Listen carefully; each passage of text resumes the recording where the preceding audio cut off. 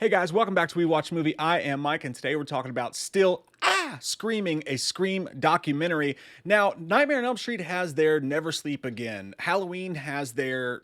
what the fuck was that called? Friday the 13th has the Crystal Lake Memories. Scream has two documentaries for the most part, Still Screaming and Scream: An Inside Story, which is another documentary by director Daniel Farrens, who also directed Halloween 6, The Curse of Michael Myers, our most underrated Halloween movie, my second favorite architect. What movie is that from? Comment down below. But we will also have a review for Scream: The Inside Story on the channel, as well as all the Scream updates as they come from Scream 7 to everything else, are just like Scream series. If you like Scream, this is the place to subscribe and click the bell too, because we say things like fuck, cock, and balls.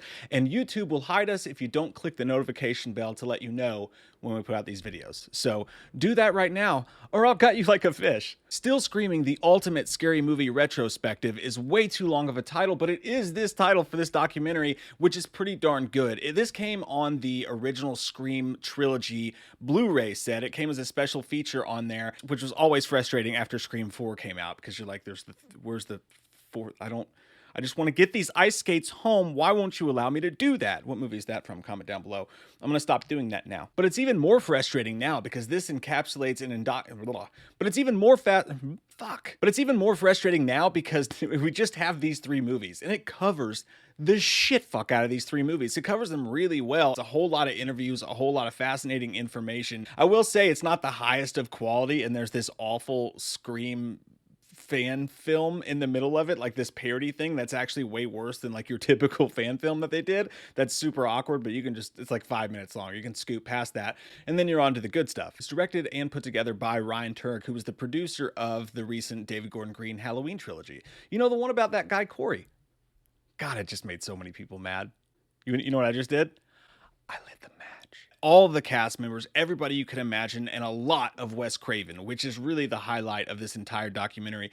You get such an insight into what a sweet fucking guy Wes Craven was, and also what a cool dude he was. Just listening to him talk about these movies, you just sit back and go, God, I can have a fucking beer with that guy. And the documentary is so informative too. There's so much stuff there. I mean, it is just chock full of interesting Scream tidbits, trivia, and facts. I bet most of the trivia that you've heard about Scream in the past is probably originated from this documentary. Starting with, Wes said no to Scream originally, and what actually brought him back to the table was he was doing a convention and he signed an autograph for some kid, and the kid was like, hey, you need to start doing more kick-ass movies again. And he said that really stuck with him, so he called Bob Weinstein back and said, hey, if it's still open, I'm in. They go pretty deep into the story of how they found the ghost face mask and how it was just pure luck. They were at some lady's house doing a location scout, and they found this mask because their husband collects masks and they didn't know who it came from, so they went to make their own, but it was never quite right, and then they hooked up with Fun World, and that whole story is fascinating to listen to.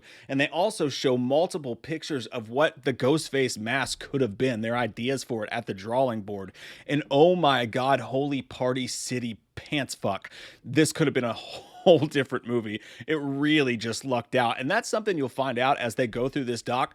So many, and that's not to say there's not endless amounts of talent with Scream. There has to be, but there's also some lucky moments involved. There's the story of how everyone's cast, and there's a lot of stuff in there you've heard before, but to hear like Matthew Lillard tell a story about how he lucked into getting the Scream role, or David Arquette talk about how they wanted him for Stu or for Billy, but he just found some nuance about Dewey that he really connected with, and just that's again one of those lucky strokes that happened in this movie that just made everything fall into place so well. There's even an early clip of Roger Jackson talking to an interviewer, and he's using the voice. You could just tell he is eating it the fuck up. He's trying on purpose to be creepy in the way he answers her questions and shit, and it's just awesome.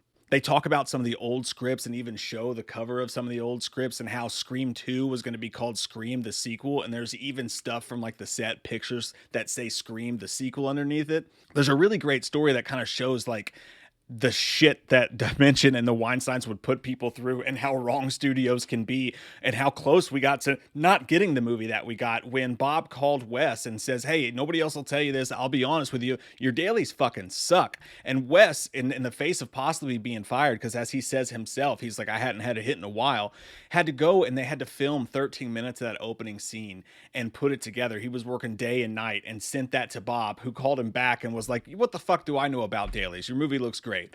And it's just such a cool story about how this almost didn't happen. My favorite part of the entire documentary, again, is Wes Craven, and specifically this Wes Craven moment where they talk about the Scream 2 leak. It was on the internet in its entirety that night. And all of you little fuckers out there that think that's really cute, you fucking ruined our next 3 months. It's just Wes Craven's just the sweetheart of a man that he always is, just sitting there being like, hey, fuck you fucking leaker pieces of shit. Just had me dying on the inside and the outside. I don't know why I said inside. I want to see what your insides look like. That's how I hit on women. Past tense. Past tense. And the Scream 3 stuff was actually some of the most fascinating of all, just how that was just such a mess trying to get that movie made. And you've heard a lot of the stories, but again, to hear them tell them is a completely different story. And Matthew Lillard talks about how he was actually hired and paid to be in Scream 3 and how all that stuff happened. They don't go that deep into that part of it as I would have wanted to. I could watch a whole documentary on just how that got all fucking foobarred. But there's a lot of cool Scream 3 stuff they talked about, specifically the jumping around between writers. And you'll notice here, it seems like there's a few people who wrote Scream 3 that are not credited as writers on Scream 3. They talk about how there was an opening at one point where Sidney kills Ghostface in the opening act, and that's actually what sends her into hiding in Scream 3. They also talk about the fact that Lance Henriksen got pissed at Scott Foley, Roman's character, because he threw him down on the ground too hard, and also how Sidney accidentally actually stabbed Scott Foley in the back because she missed her mark. Just tiny little stories like that, stories about the cast and crew partying together. There's not a whole lot of shit talking like you maybe see in like Crystal Lake memories, but still, just the cast had such a fun time together. And David Arquette's there, and fucking Randy's there, and all the cast members are there. Kenny is fucking there. Everybody from Scream 1, 2, and 3 for the most part. A lot of them are there. Even Cotton fucking Weary's in there, man. And they show little bits of his alternate death scene where he's trying to climb out of a skylight and Ghostface is stabbing him. The whole thing's just chock full of amazing, really cool information. And I'm telling you, it comes at you 90 fucking miles per hour. It's just so fast with the info, and it's just a treat to watch. It's really easy to sit through. So ultimately, I'd give Still Screaming an 8 out of 10. Honestly, it's not fully encompassing enough to really be up there with Crystal Lake Memories or Never Sleep Again. By the way, what is your all's favorite horror movie doc of all time? Never Sleep Again is easily mine, but it's still a fascinating watch. It's easy to sit through. It's entertaining as shit. And there's just I barely scratched the surface of the cool information that this documentary gives you. So it's totally worth a watch in that respect by itself. And they even have these little cool inserts that pop up and they're like quick cuts, and it's just little bits of trivia and stuff from the movie. That was pretty neat. I'll tell you this though, I would love nothing more than to get all these interviews in their full, uncut, unblemished, just original status. That would be so fascinating to just sit and watch Wes Craven talk and then David Arquette talk, and just the unedited blemishes and all version. That would be so cool to watch. And you know what would be really cool is if we'd get a fucking all-encompassing Scream documentary. We got another 3 movies that have never been covered before. And obviously we can't go back and talk to Wes anymore, but this is a great start. I think they should honestly take those interviews that they did for this and put them together, because you can't do it without the Wes Craven stuff, you know? Put them together with some interviews with Radio Silence for 4, 5, and 6. And really just give us an all-encompassing Scream doc. I would love to see that. Good Lord, when? When's gonna be my damn time? What movie is that from? Comment below. I promised I would stop. I lied. But yeah, guys, that is Still Screaming, a Scream documentary. I hope that you guys enjoyed this, and I hope you guys enjoy it. It's, by the way, for free on YouTube. Just YouTube it. It's free. It's fucking there. But again, what's your favorite horror documentary of all time? Thank you guys for watching this. And again, don't forget to click that bell so you get more Scream deep up in you. Deeper and deeper. I love your fucking faces, guys. Have a great day. Mom and Dad are gonna be so mad at me when they find out I'm in love with my friend Billy. Well, he's got a white shirt, tight little jeans, kinda wanna put my P in his B. He hit me with the phone, I wished it was his dick. You cut me too deep this time. You cut me too deep this time. Woodsboro will never know me and Billy were more than bros. So get it up, leave her alone. He was my Sharon Stone.